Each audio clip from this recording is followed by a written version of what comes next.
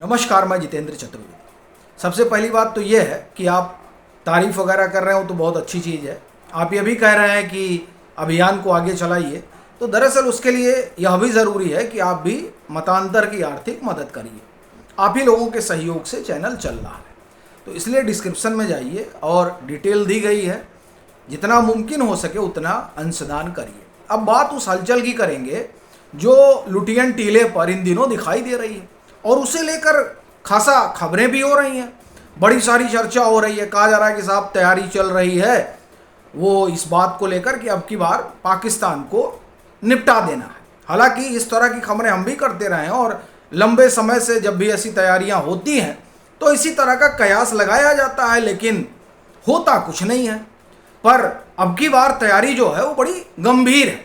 तो सवाल यह है कि क्या वो तैयारी पाकिस्तान को निपटाने के लिए ही है, सबक सिखाने के लिए ही है, या फिर कहानी कुछ और है।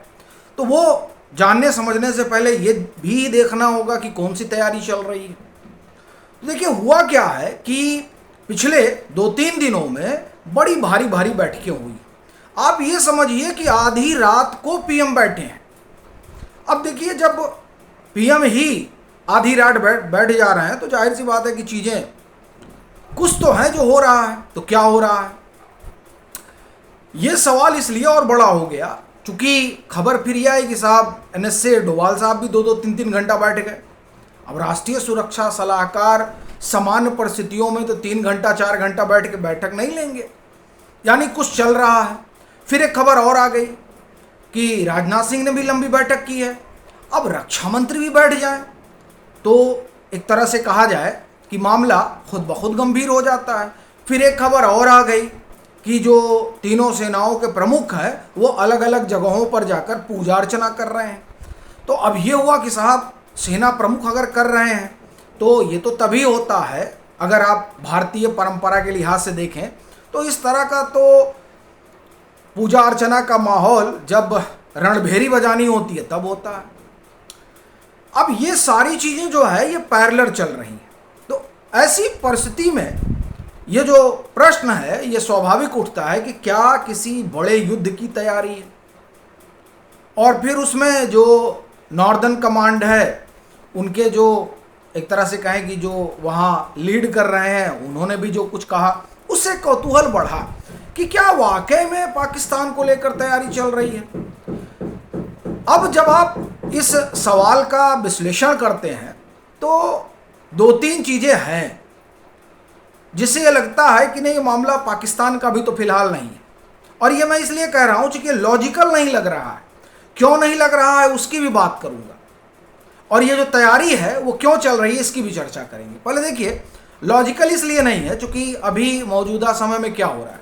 मौजूदा समय में सरकार की प्राथमिकता ये है कि कैसे ऊर्जा सुरक्षा को सुनिश्चित किया जाए, और उसी के लिए सरकार इसमें लगी हुई है कि पेट्रोल डीजल जो है वो भारत के हर कोने तक पहुँचे, और गैस जिसे लेकर वाकई में समस्या वाली बात है वो कैसे गांव-गांव तक मुहैया कराई जा सके, या जो ज़रूरतमंद हैं उनके पास तक पहुँचे, उनको लाइनों में ना खड़ा रहना पड़े। सरकार अभी इस काम में लगी हुई है। अब वो ऐसा कैसे कर सकती है कि जब इस तरह की समस्या उसके सामने मुंह खड़ी हो तब वो सीमा पर मोर्चा खोल दे, यानी ऊर्जा सुरक्षा से भी लड़ना पड़े और सीमा सुरक्षा पर भी ध्यान देना पड़े। ऐसा तो नहीं होता है।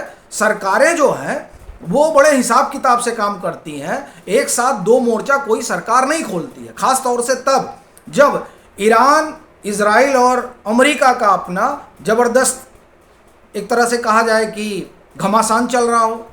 और इस घमासान में कौन सी सरकार है जो इस तरह का निर्णय लेगी? कोई सरकार नहीं है भाई। जितने रसद के सामान है, ऊर्जा का जो सामान है, आपका टैंक पानी पी के जाएगा? नहीं। ये जो आपका जेट फाइटर उड़ेगा वो पानी पी के उड़ेगा? इन सब को ऊर्जा चाहिए होगी, कहाँ से आएगा? इनका जो फ्यूल होता है, हम वैसे ही ऊर्जा संकट से जूझ रहे हैं और अपनी ऊर्जा सुरक्षा को सुनिश्चित कर रहे हैं। हमारा पेट्रोल डीजल बाधित ना हो, गैस बाधित ना हो, उसके लिए सरकार पुरजोर कोशिश कर रही है। बाकायदे खाड़ी देशों के साथ संपर्क बनाई हुई है, और ईरान ने एक तरह से कहा जाए कि वो भारत के साथ खड़ा है इस बात में कि हाँ, हार्मुज स्ट्रेट से आप अपना सामान ले जा सकते हैं।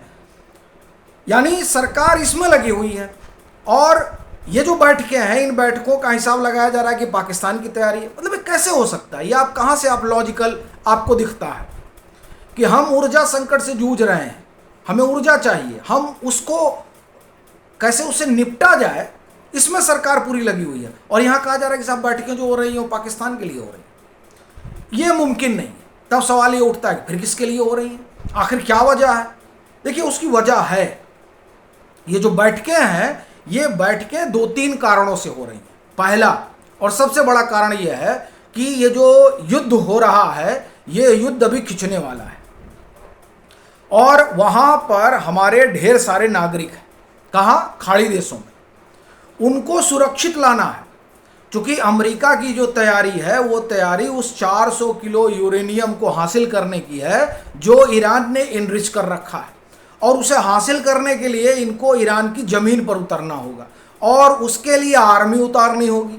आर्मी जहाँ उतारने का, भेजने का इनके पास जो तरीका है वो यही है कि जिसे एस जयशंकर ने कहा था ना कि हम ब्रोकर स्टेट नहीं है, तो जो ब्रोकर स्टेट है वहीं से ये लोग घुस सकते हैं।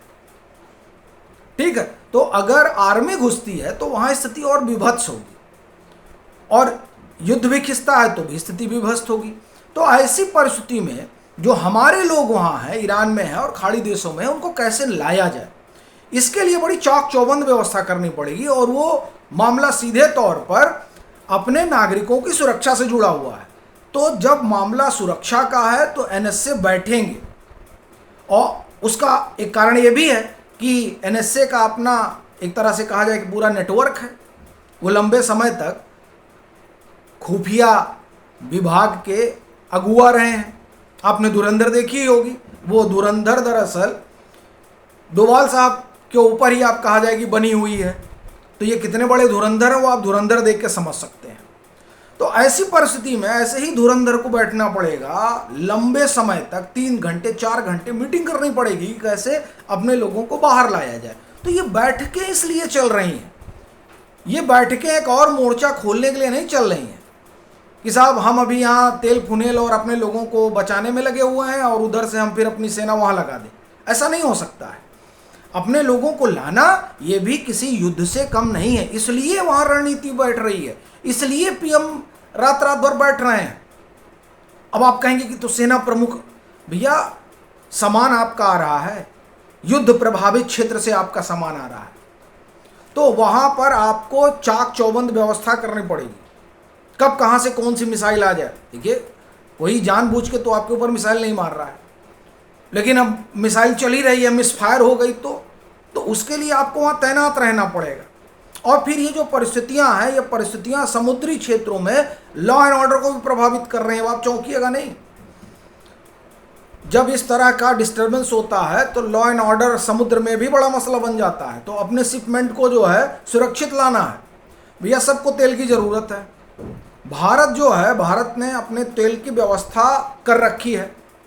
तो जो तेल की व्यवस्था हो रखी है उसको लाने के लिए सेना तक उतारनी पड़ सकती है, क्योंकि जब हर जगह तेल का क्राइसिस है और भारत ने अपने लिए तेल सुरक्षित कर रखा है और अपने मित्रों के यहाँ से ला रहा है, तो जहाँ तेल नहीं है या जिनको तेल की ज़रूरत है, लुटेरे पहुँच जाए। समुद्री लुटेरों की आपने बड़ी कहानी सुनी होगी। अब वो सब यथार्थ में हो सकता है क्योंकि परिस्थितियाँ ऐसी हैं। तो वहाँ तैयारी बड़ी चाहिए साहब। तो ये वो तैयारी का मसला है। ये देखिए पाकिस्तान पर हो सकता है 4 महीने बाद युद्ध हो, लेकिन ये जो तैयारी है, ये तैयारी पाकिस्तान को लेकर तो नहीं है। क्योंकि मैं निजी तौर पर यह मानने को तैयार नहीं हूं कि सरकार इस तरह से 2-2 मोर्चा खोलेगी। लोगों को लाना भी है, अपनी ऊर्जा को भी एक तरह से कहा जाए कि सुरक्षा को ठीक करना है। और फिर देखिए फर्टिलाइजर का भी मामला है, खेती किसानी। हम तो कृषि प्रधान देश है, हमारी बड़ी आबादी खेतों पर, किसानी पर निर्भर रहती है, 60% आबादी।